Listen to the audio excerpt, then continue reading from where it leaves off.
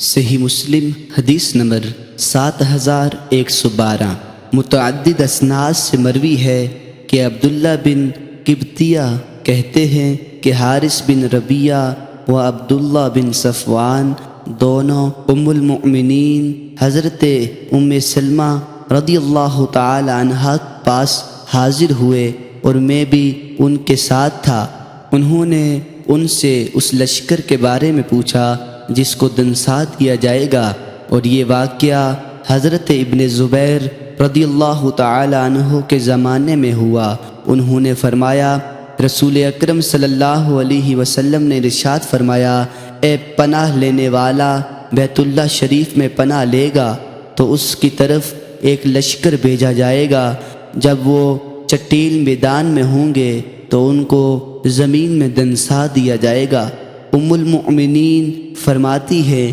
میں نے عرض کیا، یا رسول اللہ، اس کا کیا ہوگا جو مجبوراً شامل ہوگا؟ آپ نے فرمایا، وہ بھی ان کے ساتھ دنسا دیا جائے گا، لیکن قیامت کے دن وہ اپنی نیت پر اٹھایا جائے گا۔ ابو جعفر کہتے ہیں، اس سے مدینہ کی صاف زمین مراد ہے جو ذوالحلیفہ کے آگے مکہ مکرمہ کی طرف گھاٹی ہے۔ صحیح مسلم حدیث نمبر 7113 ایک اور سند سے اسی طرح مروی ہے۔ اس حدیث میں اس طرح ہے، راوی کہتے ہیں، میں نے ابو جعفر سے کہا کہ ام المؤمنین فرماتی ہیں، بیداء الارض۔ ابو جعفر نے کہا، ہرگز نہیں، اللہ کی قسم، یہ بیداء مدینہ ہے، مدینہ منورہ کا میدان ہے۔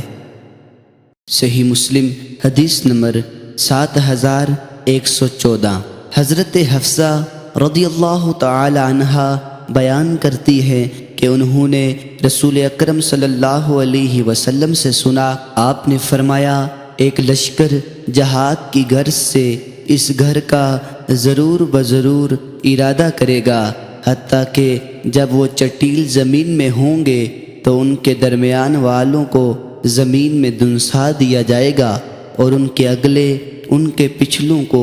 آواز دیں گے، پھر ان کو بھی دنسا دیا جائے گا، بس صرف ان سے پیچھے رہ جانے والا بچے گا جو ان کے بارے میں خبر دے گا۔ ایک شخص نے کہا، میں گواہی دیتا ہوں کہ عبداللہ بن صفوان، آپ نے حضرت حفصہ رضی اللہ تعالی عنہا پر جھوٹ نہیں بولا، اور میں گواہی دیتا ہوں کہ حضرت حفصہ رضی اللہ تعالی عنہا نے حضور علیہ الصلاۃ والسلام